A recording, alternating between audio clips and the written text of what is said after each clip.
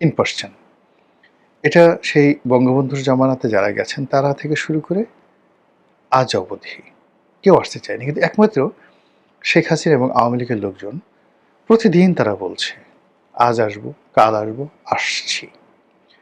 ফাঁসির মঞ্চ রেডি করো, অর্থাৎ আপনি ভয় দেখাচ্ছেন, তোমাকে আসলে গ্রেপ্তার করব, তোমাকে আসলে ফাঁসিতে চড়াবো, তোমাকে জেলখানায় ভরবো, তোমাকে আসলে গণপিটুনি দিয়ে মেরে ফেলবো। তারা বলছে যে হোয়াট এভার মে বি।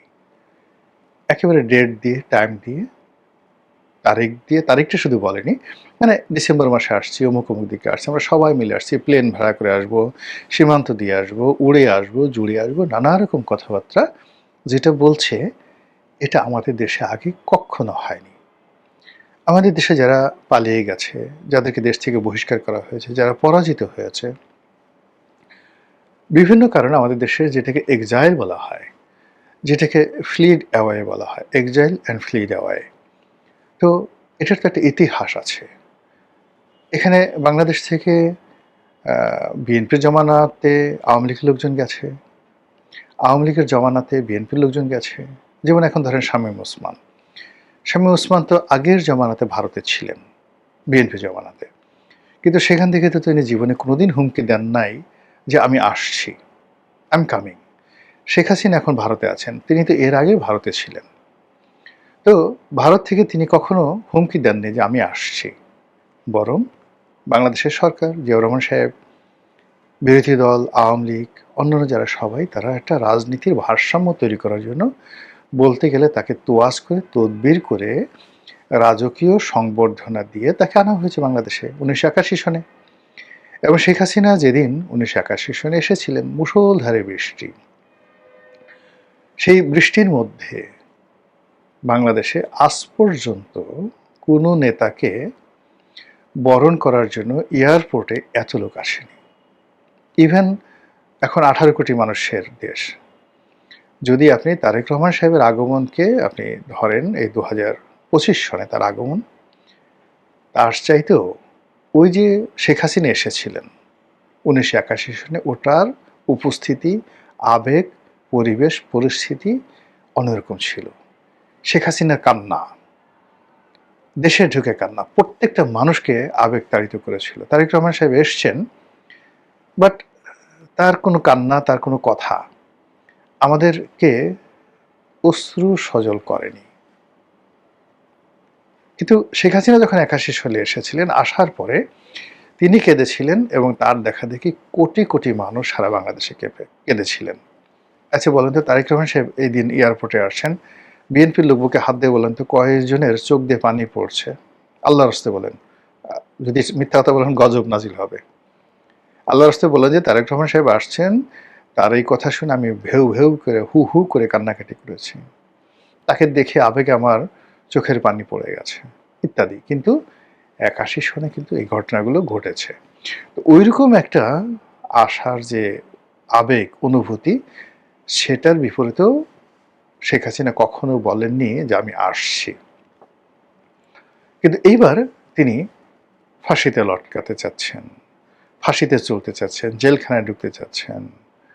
আর অতীতে তিনি যেভাবে কলকাতাতে ছিলেন, খুব ন্যূনতম ভাতা কলকাতা, মানে ভারত সরকার তাকে দিতেন। তো সেই ভারত সরকার দিতেন এবং সেখানে যেটি আমরা জানি, এবং সেটা হলো সেই টাকার একটা অংশ, সামান্য টাকা আবার তিনি দল পরিচালনা করার জন্য আব্দুর রাজ্জাক, তুফাইল আহমেদ এদের হাতে পাঠাতেন। তারপরে সেই টাকা দিয়ে বাজার করতেন। এবং ওয়াজেদ মিয়া উনি নরম চালের ভাত খেতেন, তার জন্য নরম চাল কেনা হতো, আর উনি মোটা চালের ভাত খেতেন। শেখ হাসিনা, এত লিমিটেড ছিল তাদের ইনকাম। কিন্তু এবার কি, এবার তো উনি 14 পুরুষ বিদেশে বসে খেতে পারবেন, প্লাস ওখানে ভারত সরকার তাকে রাষ্ট্রপ্রধান, সরকার প্রধানের মর্যাদায় রেখেছে, জেড ক্যাটাগরি সিকিউরিটি দিচ্ছে, কি না আছে সেখানে। মানে ওই জায়গা থেকে কেউ থাকলে বলে যে না গো বাবা, আমার যাওয়ার দরকার নেই, আমি এখন এখানে আছি, সারা জীবন এখানেই রাজকীয় মেহমান হিসেবে থাকবো। কিন্তু সেগুলো ছেড়ে তিনি জেলখানাতে আসতে চাচ্ছেন, তিনি এনসিপির লোকজন, নাসিরুদ্দিন পাটোয়ারিরা তাকে মারবে, তিনি সে মার খেতে চাচ্ছেন, ঢিল খেতে চাচ্ছেন। এটা বিশ্বের যারা লোকজন রয়েছেন তারা মিলাতে পারছে না, হোয়াই ইট ইজ হ্যাপেনিং, কেন এই জিনিসগুলো ঘটছে। এক, ২ নম্বর হলো যে আওয়ামী লীগের দেশের ভিতরে যারা লোকজন রয়েছে তাদের মধ্যে অনেক গ্রুপিং ছিল, শত্রুতা ছিল, একে অপরের প্রতি বৃষদঘাত ছিল, মারামারি করতো, কাটাকাটি করতো। এখন সব বাদ।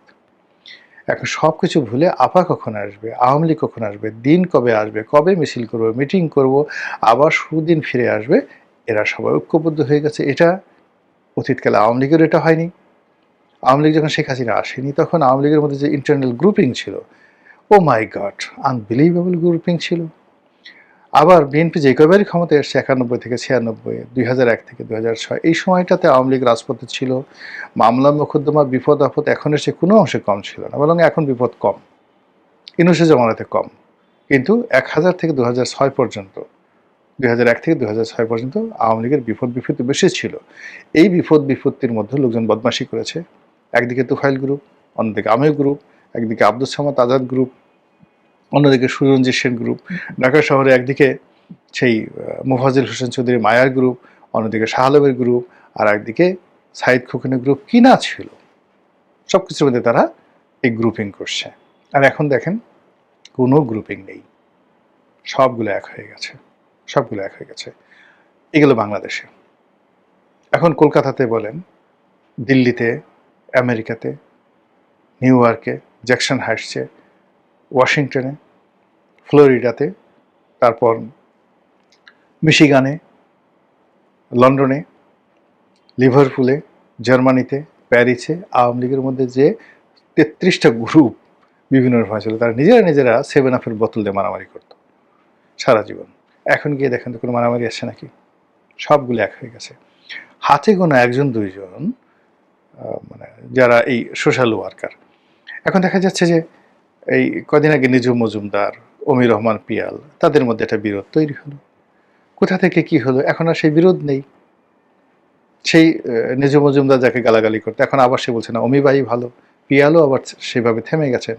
মানে এই যে একটা দেশের বাইরে ঐক্যবদ্ধ, এটা আওয়ামী লীগের জীবনে কখনো ছিল না।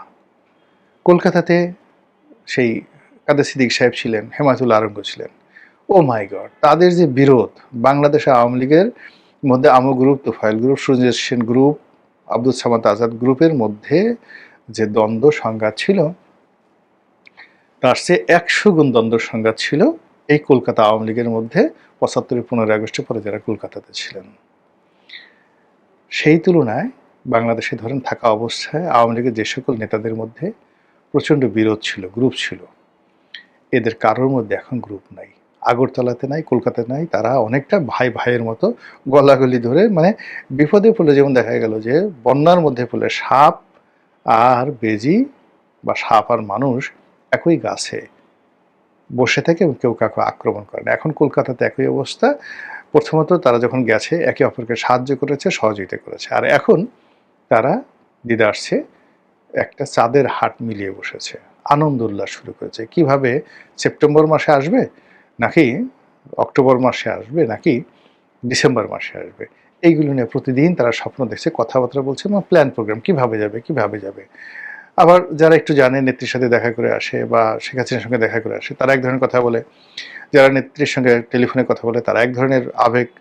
যারা কথা বলতে পারে না, তারা যারা কথা বলে তাদের সঙ্গে শুনে এবং নিজেরা সেই চা, সিঙ্গারা, সমোসা, দিল্লি কা লাড্ডু এবং কলকাতার সেই বিখ্যাত যে খাবারগুলো, সেই খাবারগুলো খেয়ে একটা নিদারুণ আনন্দ উৎসব এবং আমেজের মধ্যে তারা দিন কাটাচ্ছে। এবং এই খবরগুলো গোয়েন্দা চ্যানেলে সরকার জেনে যাচ্ছে, বাংলাদেশের বিএনপি যারা নেতাকর্মী রয়েছেন তারা জানছে, এবং সব মিলিয়ে একটা কন্ট্রাস্ট তৈরি হচ্ছে। ওইদিকে আওয়ামী লীগের লোকজনের আনন্দ, এদিকে আওয়ামী লীগের লোকজনের আনন্দ, এদিকে বিএনপির ক্ষমতার গরম, তার সঙ্গে সঙ্গে আবার পেছন দিক থেকে যে কোনো সময় যে কোনো দুর্ঘটনা ঘটতে পারে, আওয়ামী লীগ ঢুকে পড়তে পারে, জামাত তাদের সঙ্গে মিলে যেতে পারে।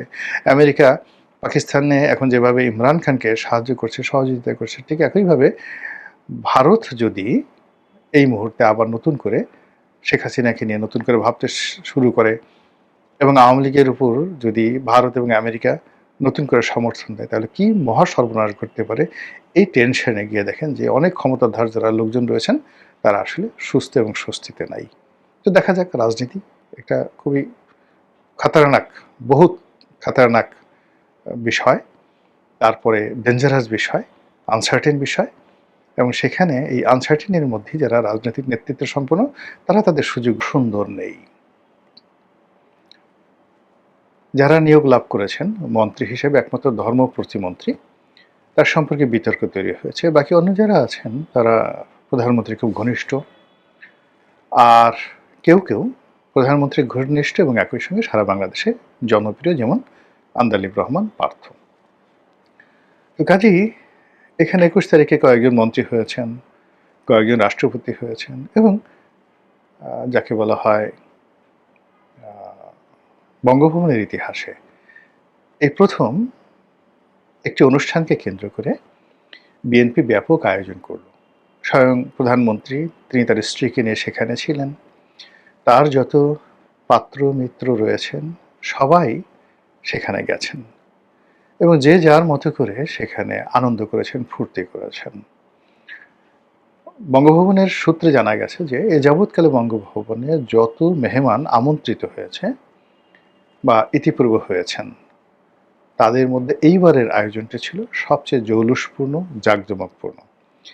অ্যাজ ইট ইজ, সেই সম্রাট পঞ্চম জর্জ, ইংল্যান্ডের রাজা, তাকে যেভাবে দিল্লির লালকেল্লাতে সংবর্ধনা জানানো হয়েছিল ভারতবর্ষের পক্ষ থেকে, ঠিক একইভাবে এইবারের বঙ্গভবনের আলোকসজ্জা, মেহমানদের উচ্ছলতা এবং সব কিছু দেখে মনে হলো যে আমরা একটা নতুন বিজয় উদযাপন করতে যাচ্ছি। মহামান্য রাষ্ট্রপতি নবনির্বাচিত অবশ্যই মির্জা ফখরুল ইসলাম আলমগীর, তিনি তার পরিবারের সদস্যদের নিয়ে সেখানে অভিষিক্ত হয়েছেন। তার পরিবারের যারা আছেন, তার জামাতা, তার মেয়ে, তার স্ত্রী, তার অন্যান্য যারা সদস্য রয়েছেন, এই প্রথম আমরা সবাইকে দেখলাম এবং মেনশন করতে পারলাম যে ইয়েস, এই হলো জামাই, এই হলো মেয়ে। মেয়ের পরনে এই শাড়ি ছিল, জামাইয়ের পরনে এরকম ডবল ব্রেস্ট কোট ছিল, টাইয়ের রং এরকম ছিল, সে এইভাবে সিনা উঁচু করে দাঁড়িয়েছিল, এরকম নানা রকম জিনিস হলো। প্রধানমন্ত্রী তার স্ত্রী পাশাপাশি বসেছিলেন। সেখানে সাবেক সেই তত্ত্বাবধায়ক অন্তর্বর্তীকালীন সরকারের প্রধান ডক্টর ইউনূস তার কন্যাকে নিয়ে তিনি সেখানে উপস্থিত ছিলেন এবং প্রধানমন্ত্রী তারেক রহমান সাহেবের পাশে বসেছিলেন। প্রধানমন্ত্রী তারেক রহমান সাহেব সেই এরকম একটা জাঁকজমকপূর্ণ অনুষ্ঠানে তিনি খুব স্বাভাবিক ছিলেন। বিভিন্ন মানুষের সঙ্গে সেলফি তুলেছেন, কেউ কেউ দূর থেকে তাকে সেলফি তুলে আবার তাকে হাই বলেছেন, তিনি আবার সেটাকে হাই হিসেবে রেসপন্ড করেছেন, এবং সেই অনুযায়ী সেই সকল ছবি যখন আবার সোশ্যাল মিডিয়াতে এসেছে, পক্ষে বিপক্ষে নানা রকম কথাবার্তা হয়েছে। তো এইরকম, কিন্তু এসবের মধ্যেও যে অশনি সংকেত থাকতে পারে, এ সকল কিছুর মধ্যেও যে সমস্যা থাকতে পারে, এটি আমাদের ইতিহাস যারা চর্চা করেন তারা ভালো বলতে পারবেন। আমি প্রশ্নগুলো করি আপনাকে, তাহলে আপনি বুঝতে পারবেন। প্রথম প্রশ্ন হলো যে কেন এই অনুষ্ঠানটি আগস্ট মাসেই হতে হলো? এর কারণ হলো আগস্ট মাসটি ঐতিহাসিকভাবে বিএনপির জন্য ভালো না, আওয়ামী লীগের জন্য ভালো না, এদেশের জনগণের জন্য ভালো না। এই আগস্ট মাসকে কেন্দ্র করে আমাদের দেশে বহু দুর্ঘটনা ঘটেছে, বহু প্রাকৃতিক বিপর্যয় ঘটেছে, রাজনৈতিক বিপর্যয় ঘটেছে, বহু মানুষের জীবন তছনছ হয়ে গেছে। সাম্প্রতিক সময়ের ৩টি ঘটনা: ৭৫-এর ১৫ই আগস্ট, ২১শে আগস্টের গ্রেনেড হামলা। এক্স্যাক্টলি যেই দিন বঙ্গভবনে এরকম মহা আনন্দের একটা অনুষ্ঠান উদযাপন করা হলো, ঠিক একই দিনে বিগত বিএনপির জামানাতে সেই গুলিস্তান আওয়ামী লীগ অফিসের সামনে যে নির্মম ২১শে আগস্টের গ্রেনেড হামলা করা হয়েছিল এবং যত মানুষ হতাহত হয়েছিল সেই ঘটনায় এখনো অমীমাংসিত। এবং সেখানে যেভাবে জজ মিয়া নাটক তৈরি করা হয়েছিল বাংলাদেশের রাজনীতির ইতিহাসে, এটির একটি ট্র্যাজেডি, এটি রাষ্ট্র ব্যবস্থার একটি ব্ল্যান্ডার। এবং ওই ঘটনার মাধ্যমে আওয়ামী লীগ এবং বিএনপির মধ্যে যে শত্রুতা তৈরি হয়েছে, অবিশ্বাস তৈরি হয়েছে, যে প্রতিহিংসা পরায়ণতা তৈরি হয়েছে, এটা কিয়ামত পর্যন্ত চলতে থাকবে। এমনকি ৭৫-এর ১৫ই আগস্টের দ্বারাও আওয়ামী লীগ এতটা বিক্ষুব্ধ হয়নি। এই কারণে সেখানে বঙ্গবন্ধুর যে পরিণতি, তার যে হত্যাকাণ্ড সেটার একটা সার্টেন রিজন আছে, মীমাংসিত বিষয়। এরা করেছে, এই কারণে করেছে, ইত্যাদি, ইত্যাদি নানা বিষয়। ফলে এখানে কোনো সন্দেহ নাই, অবিশ্বাস নেই। কিন্তু ২১শে আগস্টের পুরো ঘটনাটা সন্দেহের মধ্যে, অন্ধকারের মধ্যে, কাউকে বিশ্বাস করা যাচ্ছে না, কাউকে অবিশ্বাস করা যাচ্ছে না। কিন্তু এর দ্বারা যে ক্ষতিগ্রস্ত পক্ষসমূহ রয়েছে, তারা কিয়ামতের ময়দানেও অপরাধীদেরকে ক্ষমা করতে পারবে না। এবং সেই ২১শে আগস্ট নিয়ে পক্ষে বিপক্ষের লোকজন, এক পক্ষ কেঁদেছে, অপর পক্ষ হেসেছে। এক পক্ষ তুচ্ছ করেছে, তাচ্ছিল্য করেছে, অপর পক্ষ আহাজারি করেছে। সেই ২১শে আগস্ট তারিখে, অর্থাৎ সেই দিনই কেন বঙ্গভবনে অনুষ্ঠান করতে হবে? এমনি আমার বিএনপির কতগুলো জিনিস কেন জানি মনে হয় একেবারে অপাংক্তেয়। যেমন ধরুন ৭৫-এর ১৫ই আগস্টের এই দিনটি যাকে বলা হয় আওয়ামী লীগের জন্য ৬ কোটি মানুষের জন্য শোকাবহ ঘটনা। এখন এই দিন ধরুন বেগম খালেদা জিয়ার জন্মদিন।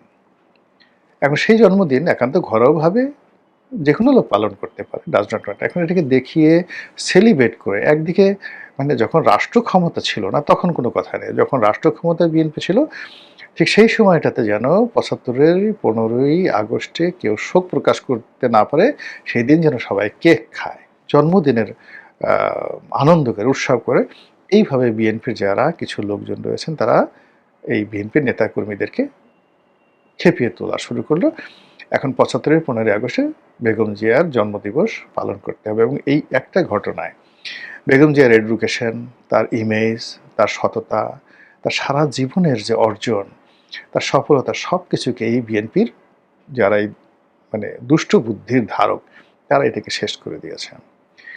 সিমিলারলি আবার ধরুন এই যে বিচারপতিদের বয়স বাড়ানো, কে এম হাসানকে সেখানে নেওয়া, এরপরে সেই মাগুরার সেই কুখ্যাত নির্বাচন, বিভিন্ন রকম ঘটনা, মানে বিএনপি একটার পর একটা ঘটনা ঘটে, ছোট্ট একটা ঘটনা ঘটায়, সেই ঘটনা আলটিমেটলি তার পতন ডেকে নিয়ে আসে। কানছাটে সেই বিদ্যুতের দাবিতে যে আন্দোলন হলো সেখানে গুলি করা, উত্তরবঙ্গে কৃষকদের উপরে সেই গুলি চালানো, এই ঘটনা দেখেন ঘুরে ফিরে আবার এইবার এই ৬ মাসের সরকার পরে আসছে। আমি যখন এই ভিডিও করছি সেই উত্তরবঙ্গের কৃষকেরা একটা গোডাউন লুট করে সমস্ত সার নিয়ে গেছে। সারা দেশে বিদ্যুতের জন্য সেই ২০০১ থেকে ৬-এর মতো একই ঘটনা ঘটছে। তারপর সেই অন্যান্য যে বিষয়গুলো আছে, অতীতে বিএনপিকে ভীষণ রকম যেগুলোকে মানে যা বিএনপিকে ভুগিয়েছে, যেমন চাঁদাবাজি, কমিশন নেওয়া, নিয়োগ বাণিজ্য, রাষ্ট্রীয় পদ পদবিতে নিজেদের লোক ঢোকানো এবং জাস্ট সরকারের কন্টেম্পোরারি একটা পাওয়ার হাউস গড়ে তোলা। এইবারও ঠিক সেম জিনিসটি টু দি পয়েন্টে হয়ে যাচ্ছে। ফলে কি হলো, আমার কাছে যেটা মনে হচ্ছে, অন্য সবার কাছে যেটা মনে হচ্ছে যে জমে জম টানে। বারবার শুধু একটা মানুষের জীবনে ধরেন একই ঘটনা ঘটে। যে বাপ চিকেন পক্সে মারা গেল, তার ছেলে দেখবেন ডায়রিয়াতে মারা গেছে। ছেলে ডায়রিয়াতে মারা গেল, তার মেয়ে বা পরিবারের যারা সদস্য তারা ব্রঙ্কাইটিসে মারা গেল। এইভাবে কিছু কিছু পরিবার, কিছু কিছু দল, কিছু কিছু ব্যক্তি ধীরে ধীরে তারা নিজেদেরকে শেষ করে ফেলে। তারা নিজে নিজে প্রকৃতির অভিশাপের মধ্যে তারা পড়ে যায় এবং তাদের জীবন যৌবন তারা শেষ করে ফেলে। আবার কিছু মানুষ দেখা যাচ্ছে শত শত বছর ধরে প্রকৃতির তারা আশীর্বাদ নিয়ে সুস্থ থাকে, সবল থাকে, বংশবৃদ্ধি করে। আমাদের দেশের দুটো রাজনৈতিক দল, বিএনপি এবং আওয়ামী লীগ, ইভেন জাতীয় পার্টি, তাদের জীবনের যে আপনি গ্রাফ দেখেন, এরপর মুসলিম লীগের গ্রাফ দেখেন, জামাতের গ্রাফ দেখেন, শুরু থেকে আজ পর্যন্ত প্রত্যেকটি দল বারবার একই ভুল করে। ক্ষমতায় থাকতে যে ভুল, সেই ভুল ক্ষমতায় দ্বিতীয়বার আবার সেই ভুল করে। বিরোধী দলে থাকতে তাদের যে ভুলগুলো হয় সেই ভুলগুলো আবার বিরোধী দলে গিয়ে তারা ঠিক সেম ভুল করে। বিরোধী দলে থাকতে যারা ক্ষমতায় থাকে তারা তওবা করে, আর কখনো হরতাল করব না, গাড়িতে আগুন লাগাবো না, পিছন থেকে কোনো চক্রান্ত করবো না, পলিটিক্যালি ম্যাচিউর থাকবো। কিন্তু যখনই বিরোধী দলে যায় প্রথমে গিয়ে বলে চাকু মারো, বোমা মারো, ওইটা করো, ইত্যাদি ইত্যাদি ঘটনা। সরকারি দলে যখন থাকে তখন তারা চিন্তা করে যে বিরোধী দলকে আর দাঁড় করাতে দেওয়া যাবে না। আবার বিরোধী দলে থাকলে যদি তারা চিন্তা করে আমরা সরকারি দলে গেলে জেলখানা উন্নত করব, এই সুযোগ দেব, ন্যায় বিচার প্রতিষ্ঠা করব, আইনের শাসন প্রতিষ্ঠা করব, প্রতিটা মানুষের জন্য এই দুনিয়াকে জান্নাত বানিয়ে দেব। কিন্তু ক্ষমতায় এসে আবার সেই আমি জাহান্নামের আগুনে বসিয়া হাসি পুষ্পের হাসির মতো ঘটনা ঘটাতে থাকে। তো এইবার এই যে বিএনপি খুব স্বল্প সময়ের মধ্যে আসছে, আপনি গিয়ে দেখুন যে ২০০১ থেকে ২০০৬ সেই বিএনপির মধ্যে আর এখনকার বিএনপির মধ্যে কোনো বিষয় ইতিবাচক পরিবর্তন হয়েছে কিনা, নাম্বার 1। নাম্বার 2 হলো যে আগের সরকারের যে নেতিবাচক বিষয়গুলো ছিল, সেই নেতিবাচক বিষয়গুলো কমেছে না বেড়েছে। এরপরে আপনি চিন্তা করুন যে আগের সরকারগুলো, মানে বিএনপির আগের সরকারগুলো ৯১ থেকে ৯৬, ৯৬ থেকে ২০০১ এই সময়টাই ধরেন, কিংবা ধরুন সত্তার সাহেবের জামানাতে বা প্রেসিডেন্ট জিয়াউর রহমানের জামানাতে, ৪ টার্ম তো, এই ৪ টার্মে তারা যে ঝুঁকিগুলো তৈরি করেছিল, যে ঝুঁকিগুলো মোকাবেলা করেছিল, যে বিপদ বিপত্তির মধ্যে পড়েছিল এবং তারা যে প্রকৃতির একটা সার্কেলের মধ্যে পড়ে গিয়েছিল, আপনি গিয়ে দেখেন এইবার ঠিক সেম ঘটনাগুলো, অর্থাৎ জিয়াউর রহমান সাহেবের আমলের বিপদগুলো, সত্তার সাহেবের আমলের যে অনিয়ন্ত্রিত অবস্থা, বিশৃঙ্খলা এবং তৃতীয় চতুর্থ পক্ষের যে আগমন, সবাই টের পাচ্ছিল যে সরকার টিকবে না। আবার ৯১ সনে বিএনপি যে সমস্ত কারণে তাদের পরাজয় ডেকে নিয়ে এসেছিল, ২০০১ সনে যে সমস্ত কর্মকাণ্ডের মাধ্যমে একটা ১/১১ অনিবার্য হয়ে পড়েছিল, ঠিক সেইভাবে দেখেন গত ৬ মাসে এই অতীতের যে ৪টি বিএনপি সরকার, সেই কাজগুলো যে মাসে হয়েছিল, যে সময় হয়েছিল, যে পরিবেশে হয়েছিল, যে প্রেক্ষাপটে হয়েছিল, তার একটা জিনিস থেকে এইবার এই সরকার বের হতে পেরেছে কিনা। ফলে সেই দিক থেকে আপনি যদি ধরেন এইবারের ২০২৬ সনের ২১শে আগস্ট এবং এই ২১শে আগস্টে বঙ্গভবনে রাষ্ট্রপতির শপথ এবং মন্ত্রীদের শপথ এবং এর মাধ্যমে সরকারের অতি আনন্দ, অতি উৎসাহ এবং ভালো কিছু করার তাদের এই আগস্ট মাসকে তো সেই প্রার্থী ডক্টর কর্নেল অলি আহমেদ, তো ওনার বিরুদ্ধে জামাতের কারোর একটা ভোট দেওয়ার কোনো সুযোগ ছিল না। ওদিকে বিএনপি যাকে মনোনয়ন দিয়েছেন মির্জা ফখরুল ইসলাম আলমগীর, তার বিরুদ্ধেও বিএনপির কারোরই মানে ভোট না দেওয়ার কোনো রকম সুযোগ ছিল না। আর এই কাজ কেউ করলে সঙ্গে সঙ্গে তার সংসদ সদস্যপদ চলে যেত। তো সেক্ষেত্রে বিএনপির মনোনয়নপ্রাপ্ত মির্জা ফখরুল ইসলাম আলমগীর সাহেব রাষ্ট্রপতি হবেন। এতে নতুন কিছু ভাবার স্কোপ নেই, করার কিছু নেই। যদি প্রাকৃতিক কারণে নির্বাচনের আগে কোনো প্রার্থীর যদি কোনো দুর্ঘটনা না ঘটে, অর্থাৎ হযরত জিবরাইল আলাইহিস সালাম যদি তাদেরকে সালাম কালাম না করেন, তাহলে ওই বিএনপির মনোনয়ন যিনি পেয়েছেন তার রাষ্ট্রপতি হওয়ার পথে আর কোনো বাধা নেই। এগুলো এক। ২ নম্বর হলো যে আমাদের রাষ্ট্রপতি পদটি আনাকুম জানাকুম আলাম সালাম, সালাম কালাম দিবে। রাষ্ট্র যাদেরকে গুরুত্বপূর্ণ মনে করবে, তথ্য মন্ত্রণালয়ের একটা লিস্ট আছে, ডিজিএফআই এনএসআইয়ের একটা লিস্ট আছে, তারপর সরকারের একটা লিস্ট আছে। তো এই লিস্টটি মন্ত্রণালয় থেকে যায়, রাষ্ট্রপতির দপ্তর থেকে ৪-৫টি অনুষ্ঠান করে বছরে, সেই অনুষ্ঠানে এই আমন্ত্রিত অতিথিরা গিয়ে পোলাও কোরমা কালিয়া কোপ্তা খায় এবং তারা বিরাট কিছু রাষ্ট্রপতির ওখানে দেখা করে আসলাম। এর মধ্যে ভিআইপি আছে, সিআইপি আছে, রাজনৈতিক নেতৃবৃন্দ আছেন, আমলা আছেন, কামলা আছেন, সব একেবারে সাজানো, সব সাজানো। আপনি এর বাইরে যেতে পারবেন না। ওখানে সরকার এবং রাষ্ট্র যে তালিকাগুলো করে এসেছে, আওয়ামী লীগ জমানাতে যে তালিকা ছিল, সেটার পরিবর্তে আবার বিএনপি যে তালিকা করেছে, তালিকার বাইরে আপনি রাম হন, শাম হন, যদু হন, মধু হন, আলবার্ট আইনস্টাইন হন, ইবনে বতুতা হন, আপনার ওই রাজকীয় অনুষ্ঠান, ওই অনুষ্ঠানে যাওয়ার কোনো সাধ্য নেই, সম্ভব নয় এবং রাষ্ট্রপতি ইচ্ছে করলেও আপনাকে ওই ধরনের কোনো অনুষ্ঠানে দাওয়াত দিতে পারে না। মন্ত্রণালয় যা বলে তাই।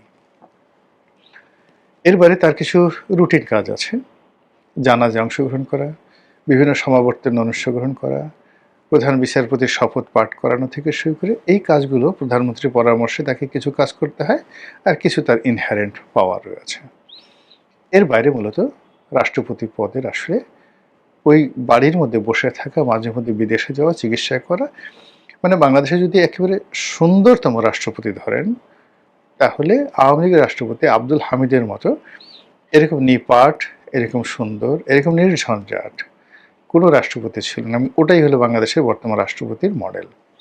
তো যখন নতুন বিপ্লব হলো, জুলাই বিপ্লব হলো, এবং সবাই বললো যে আমরা এরকম রাষ্ট্রপতি চাই না, আমাদের রাষ্ট্রপতি হতে হবে পাকিস্তানের মতো, গোলাম মোহাম্মদের মতো, যেখানে কন্টেম্পোরারি সেনাবাহিনীর প্রধানের ক্ষমতা, প্রধানমন্ত্রীর ক্ষমতা এবং রাষ্ট্রপতির ক্ষমতার মধ্যে একটা ভারসাম্য থাকবে। এবং সেই অনুযায়ী ডক্টর মোহাম্মদ ইউনূস বা ওনার পছন্দের মতো কেউ, বা আগামীতে ডক্টর মোহাম্মদ ইউনূস ভার্সন 2 এরকম কেউ যদি রাষ্ট্রপতি হন, তাহলে যাতে এই পদটি নিয়ে রাষ্ট্রপতি যিনি থাকবেন তিনি হেলে দুলে চলতে পারেন, এই জন্য গত অন্তর্বর্তীকালীন সরকারের সময় প্রাণ ভরে, কলিজা ভরে তারা সংস্কার করেছে এবং রাষ্ট্রপতিকে যতটা সম্ভব হাইলাইট করার চেষ্টা করেছে যেন ডক্টর মোহাম্মদ ইউনূস সেখানে বসতে পারে। কিন্তু বিএনপি এসে দেখলো যে আরে আল্লাহ, আমরা যদি এই রাষ্ট্রপতির ক্ষমতা বাড়াই, তাহলে তো আমাদের নেতা তারেক রহমান সাহেবের ক্ষমতা থাকে না। আমরা এত বছর পর ক্ষমতা এলাম, রাষ্ট্রপতি এক ধরনের কথা বলবে, রাষ্ট্রপতি জামাতের কথা মতো চলবে, এনসিপির কথা মতো চলবে, আমেরিকার কথা মতো চলবে, আর আমরা বসে বসে আঙ্গুল চুষবো, এটা তো হয় না। ফলে কি হলো, ওই যে আওয়ামী লীগ আমলে বা তারও আগে যেভাবে আমাদের একটি সাংবিধানিক পদ হিসেবে রাষ্ট্রপতির পদটি অলংকারিক হিসেবে আছে, ওইভাবেই এবার অলংকার হিসেবে এই পদটি রয়ে গেল। তো কাজে এটা নিয়ে কোনো উচ্ছ্বাস দেখানোর দরকার ছিল না, আবেগ দেখানোর দরকার ছিল না, এটি নিয়ে কোনো অ্যাটেনশন দেখানোর দরকার ছিল না। এবং এটা একটা নির্বাচন করার জন্য নাকি কয়েকশো কোটি টাকা খরচ হয়ে গেছে, বোগা, যে সব কিচ্ছু দরকার ছিল না, কোনো দরকার ছিল না। উল্টো এই দেশে অর্থনৈতিক সংকট, রাজনৈতিক সংকট, তারপরে ভাবমূর্তি সংকট সরকারের, তো এর মধ্যে একটা নির্বাচন হলো। আমাদের প্রধান নির্বাচন কমিশনার একেবারে এমন একটা ভাব দেখালেন, তিনি মনে হচ্ছে যেন আমেরিকার প্রেসিডেন্ট ডোনাল্ড ট্রাম্পের মতো কোনো শক্তিশালী প্রেসিডেন্ট নির্বাচন করবেন এবং সারা দুনিয়াকে তিনি চমক লাগিয়ে দেবেন। এরকম ঘটনা ঘটল। জামাতের প্রার্থী অলি আহমেদ সাহেব অনেক বড় বড় কথা বললেন, তারা দেখিয়ে দেবেন বিনা যুদ্ধে তারা, মানে এক সুসাগ্র পরিমাণ মেদেনির জমি তারা ছাড়বেন না, এরকম একটা জিহাদি জোশ তাদের কথাবার্তায় লক্ষ্য করা গেল। তারা বলল যে হ্যাঁ, আমরা জনতার রাষ্ট্রপতি। কেউ কেউ বললেন যে জামাত যে প্রার্থী দিচ্ছে তিনি হবেন মূলত ছায়া রাষ্ট্রপতি, শ্যাডো রাষ্ট্রপতি, এরকমভাবে ঠাট্টা মস্করা চলছিল।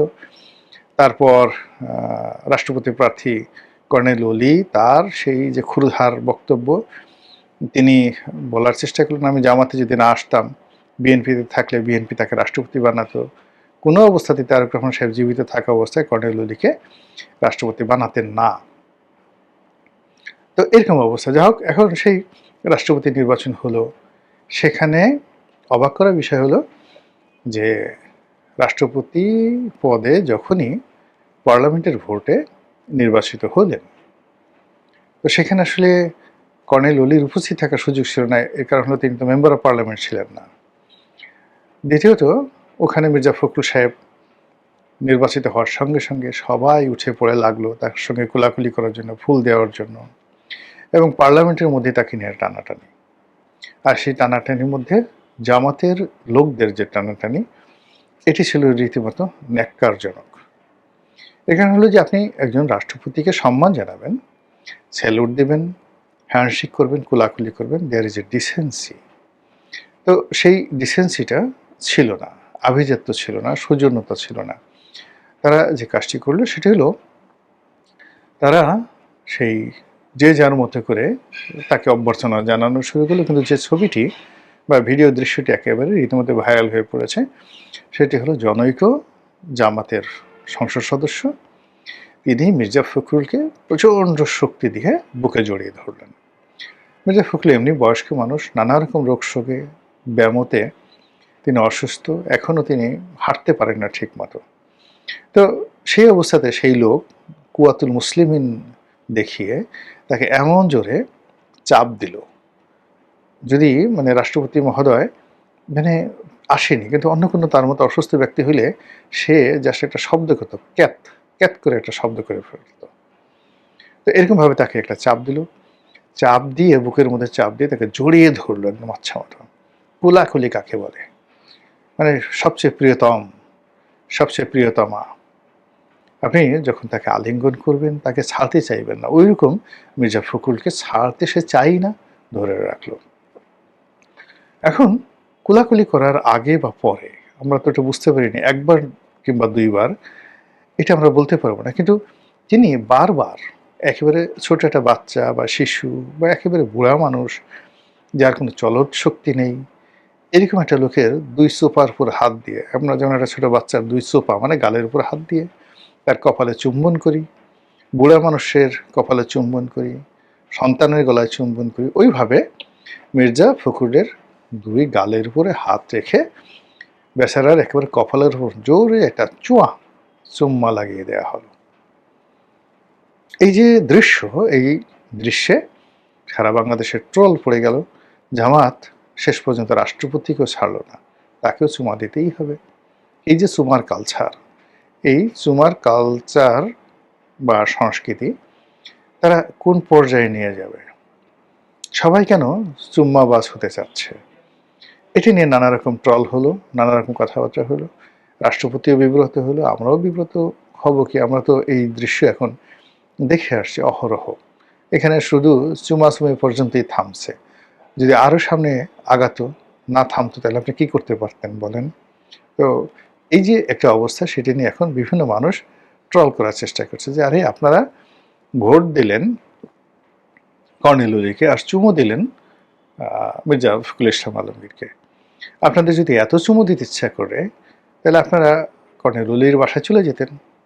সবগুলো জামাতের যারা এমপি আছে, এনসিপির এমপি আছে, তারা কর্নেল ওলিকে ওইভাবে জোরে জড়িয়ে ধরতেন, চুম্বন করতেন এবং বলতেন যে আপনি আমাদের রাষ্ট্রপতি, আমরা যেহেতু মনোনয়ন দিয়েছি, আমরা মির্জা ফখরুল সাহেবকে, যেহেতু তিনি থাকবেন, নির্বাচিত হয়েছে সেটা আলাদা কথা, বাট ইউ আর আওয়ার রাষ্ট্রপতি, আমরা আপনাকেই প্রণতি দিলাম, ফুলের মালা দিলাম, এবং আমাদের এই যে টোটাল এতটি ভোট আমরা দেখেন আপনাকে প্রতি পয়েন্টে দিয়েছি, কাজে আপনি আপনার যে সম্মান মর্যাদা আমরা রক্ষা করলাম, এবং কৃতজ্ঞতা স্বরূপ আপনি আমাদের দলে এসেছেন আর আমরা আপনাকে ভোট দিয়েছেন, আসলে আমরা পরস্পরের সঙ্গে চুমাচুমি করি, আপনার কপালে আমি চুম্বন দিচ্ছি, আপনি আমাদের কপালে চুম্বন দেন, সেটা অনেক সুন্দর হতো, শালীন হতো এবং আন্তরিকতা প্রকাশ পেত। কিন্তু তা না করে যে দৃশ্য আমরা দেখলাম বঙ্গভবনে, যে দৃশ্য দেখলাম সংসদের মধ্যে, এতে করে এই জামাতের যে ভেলকিবাজি, সেই ভেলকিবাজি আবার নতুন করে জাতির সামনে উন্মোচিত হয়ে গেল। সবাই বলার চেষ্টা করছে মূলত এই ধরনের নাটক করে, এ ধরনের অভিনয় করে জামাত একটা নতুন মানে বিএনপির হাতে একটা অস্ত্র তুলে দিল, যে এই বিএনপি এতটা গণতান্ত্রিক যে যে রাষ্ট্রপতি নির্বাচন হলো সেই রাষ্ট্রপতি নির্বাচনেও তারা প্রতিযোগিতা করে পাশ করেছে। যেভাবে এই ত্রয়োদশ জাতীয় সংসদ নির্বাচনে তারা তুমুল প্রতিযোগিতা করে বিজয়ী হয়েছে, একইভাবে রাষ্ট্রপতি নির্বাচনেও তারা অতীতের দৃষ্টান্ত মতো হয়নি, তারা প্রতিযোগিতা করে নির্বাচন করেছে।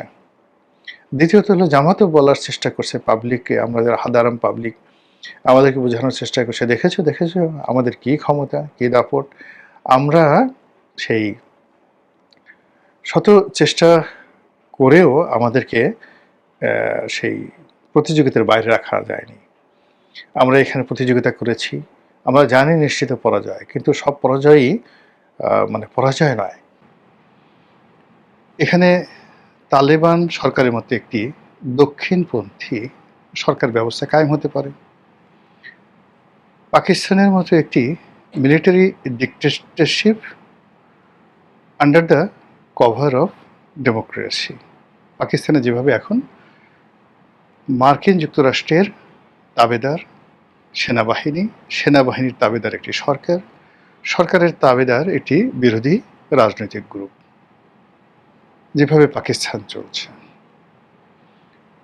এর বাইরে আপনি চলে যেতে পারেন একেবারে অ্যাজ লাইক মিশরের মতো। সেখানে আব্দুল ফাত্তাহ সিসি যেভাবে মিশরটি চালাচ্ছেন ঠিক সেভাবে। যদি প্রেজেন্ট টেন্স বাদ দিয়ে আপনি অতীতে যান, তাহলে আপনি চিলিতে পিনোশে, ইন্দোনেশিয়াতে সুহার্তো, কিংবা জেনারেল নেউইন বা উ মং মং খা, তারা যেভাবে মায়ানমার চালিয়েছেন ঠিক একই একটা পরিণতি আমাদের এই 18 কোটি মানুষের দেশে তৈরি হতে যাচ্ছে। বিষয়টা সংক্ষেপে বলার চেষ্টা করব, বুঝিয়ে বলার চেষ্টা করব, আশা করি আপনাদের ভালো লাগবে। রাজনীতির সবচেয়ে বড় বিপদ নয়, যাকে বলা হয় ভূমিকম্প এবং সুনামি, হলো রাজনীতির শূন্যতা। প্রকৃতি সব কিছু সহ্য করে, কিন্তু কোনো অবস্থাতেই শূন্যতা পছন্দ করে না। বায়ুমণ্ডলে যদি শূন্যতা হয়, সেখানে ঘূর্ণিঝড় হয়, কালবৈশাখী হয়। সমুদ্র পৃষ্ঠে যদি শূন্যতা তৈরি হয়, মহাবিপর্যয় তৈরি হয়ে যায়। সমুদ্র পৃষ্ঠ বাদ দিয়ে যদি আপনি সমুদ্রের তলদেশে কোনো শূন্যতার তৈরি হয়, সঙ্গে সঙ্গে সেখানে ম্যারিয়ানা ট্রেঞ্চ এর মতো গভীর খাতের তৈরি হয়, আর সেই ট্রেঞ্চের মধ্যে পৃথিবীর সবচেয়ে বড় পর্বতমালা অলিম্পাস তৈরি হয়ে যায়। এবং সেটা পার্মানেন্টলি এরকম একটা পরিস্থিতির সৃষ্টি করে, যেমন ধরুন আপনাকে বলা হয় যদি আকাশে যেভাবে ব্ল্যাক হোল তৈরি করে পার্মানেন্টলি, এই ব্ল্যাক হোল কখনো মরে না, সব মরে যায়, আকাশে সব কিছু মরে যায়, তারাও মরে যায়, চন্দ্র, সূর্য, গ্রহ, তারা, নক্ষত্র, একটা নির্দিষ্ট সময় আছে, কিন্তু কখনো ব্ল্যাক হোল কখনো মরে না। একইভাবে এই মহাবিশ্বের যেখানে এরকম ব্ল্যাক হোলের মতো প্রকৃতিতে ঘটনা ঘটে, সমুদ্রের নিচে যখন এই ঘটনাটা ঘটে, সেখানে বারমুদা ট্রায়াঙ্গেলের মতো একটি ট্রায়াঙ্গেল তৈরি হয়ে যায়, যেটা কিয়ামত পর্যন্ত ভয়ঙ্কর আস হয়ে থাকে। আবার শূন্যতার কারণে মরুভূমি তৈরি হয়, শূন্যতার কারণে আমাজন জঙ্গল তৈরি হয়ে যায়। প্রকৃতি কখনো শূন্যতা পছন্দ করে না, সেই জায়গা পূর্ণ করে ভয়ঙ্কর কোনো একটা কিছু দ্বারা। আর এই প্রাকৃতিক বৈশিষ্ট্যগুলো থেকে আমরা যেন শিক্ষা গ্রহণ করি, এজন্য দিনের পর দিন, বছরের পর বছর, শতাব্দীর পর শতাব্দী, সহস্রাব্দ ধরে এই পৃথিবী নিয়ে গবেষণা হচ্ছে। আর সেই গবেষণার প্রেক্ষিতে মানুষের যে আচার আচরণ, চালচলন, আমাদের জীবনে ফিজিক্স আছে, কেমিস্ট্রি আছে, বায়োলজি আছে, ভূগোল আছে, এরকম হাজার রকম বিদ্যা আছে। আর সেই বিদ্যার মধ্যে পলিটিক্যাল সায়েন্স সবচাইতে গুরুত্বপূর্ণ বিদ্যা, যে বিদ্যা বাকি সব বিদ্যাকে নিয়ন্ত্রণ করে। যে সমাজে রাজনীতি ঠিক নেই, সে সমাজে অর্থনীতি ঠিক হয় না। যে সমাজে অর্থনীতি ঠিক নেই, রাজনীতি ঠিক নেই, সে সমাজে কখনো পরিবার, সমাজ, মেধার বিকাশ হয় না। রাজনৈতিক অস্থিরতার কারণে পৃথিবীর বহু পণ্ডিত এক দেশ থেকে অন্য দেশে চলে গেছে। সেই দেশে গিয়ে, যে দেশে ভালো, সেই দেশে গিয়ে তারা সভ্যতা গড়ে তুলেছে। আমরা ঠিক সেরকম একটা শূন্যতার মধ্যে পড়েছি। আমাদের দেশে রাজনীতির পরিপূরক আওয়ামী লীগের পরিপূরক বিএনপি, বিএনপির পরিপূরক আওয়ামী লীগ, এই দুটো রাজনৈতিক দল যখন সক্রিয় থাকে, তখন সঙ্গে সঙ্গে আরও 20টি রাজনৈতিক যে কণ্ঠস্বর, সেগুলো বুলান্ত হয়ে যায়।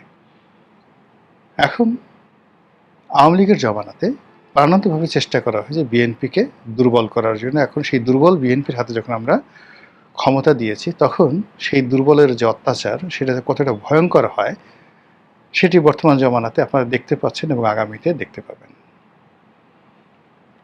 ফলে কি হলো, সন্ত্রাস, চাঁদাবাজি, মাস্তানি, কোনো একটা জায়গাতে কোনো চেইন অফ কমান্ড নেই। আমাদের দেশে এখন সন্ত্রাসীরা মুছে তা দিচ্ছে। ধরার পরে নজিরবিহীনভাবে শীর্ষ সন্ত্রাসী যুব দলের নেতাকে, সরকারি দলের নেতাকে খুন করার পর মুছে তা দিচ্ছে, আর তামিল সিনেমার নায়কের মতো পুলিশের গলা কেটে ফেলা হবে এইভাবে হুমকি দিচ্ছে। প্রধান শিক্ষক, principal, vice principal, vice chancellor, does not matter, মন্ত্রী, এমপি, কোনো সমস্যা না। যেখানে শক্তিশালী লোক আছে, সেই শক্তিশালী লোক সরকারি কোনো পদপদবীকে কেয়ার করছে না, তার গাল আর পিঠ একত্র করে দিচ্ছে। এখন প্রধানমন্ত্রী হন, প্রধানমন্ত্রীর পরিবারের সদস্য হন, ডাজ নট ম্যাটার, কেউ আপনাকে সমীহ করছে না, যে যার মতো করে। এখন কৃষককে যে ভাষায় গালি দিচ্ছে, প্রধানমন্ত্রীকে একই ভাষায় গালি দিচ্ছে। একজন সম্মানিত মহিলাকে যে ভাষায় গালি দিচ্ছে, একজন খেটে খাওয়া কিংবা ধরুন কুলবধূ, পথবধূ অথবা আরও অনেক কিছু, তাদেরকে একই ভাষায় গালা দিচ্ছে, তৃতীয় লিঙ্গের লোকদেরকে গালিগালাজ করছে। এই যে জিনিসগুলো বিস্তার লাভ করছে জাস্ট লাইক করোনার মতো, সেটা রাজনীতির শূন্যতা থেকে।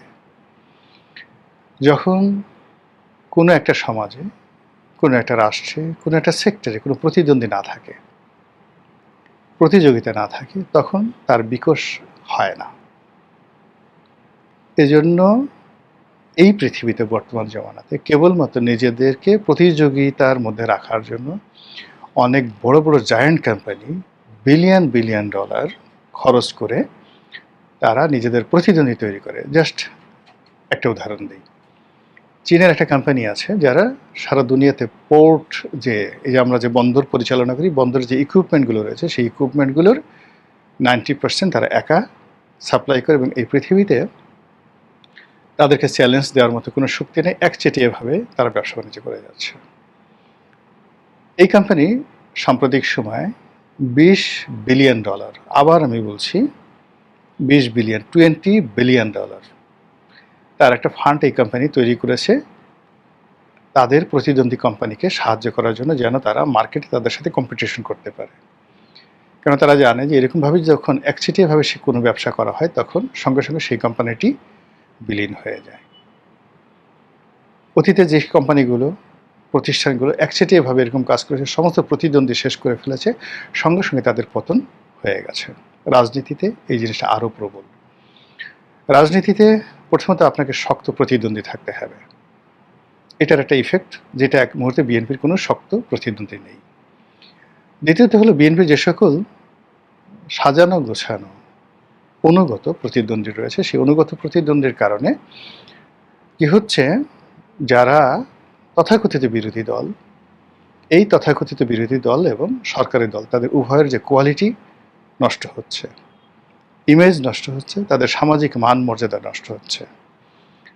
আজ থেকে 1 বছর আগে জামাতের একজন নেতা বা বিএনপির একজন নেতা, এই সমাজে যতটুকু তাদের অ্যাকসেপ্টেন্স ছিল, এখন বিএনপি এবং জামাতের যে কোনো নেতা বলেন বা এমপি মন্ত্রী বলেন, তাদের এই 1 বছর আগে তাদের যে ইমেজ ছিল দলের ভিতরে এবং দলের বাইরে, এটা এখন একেবারে শূন্যের কোঠায়।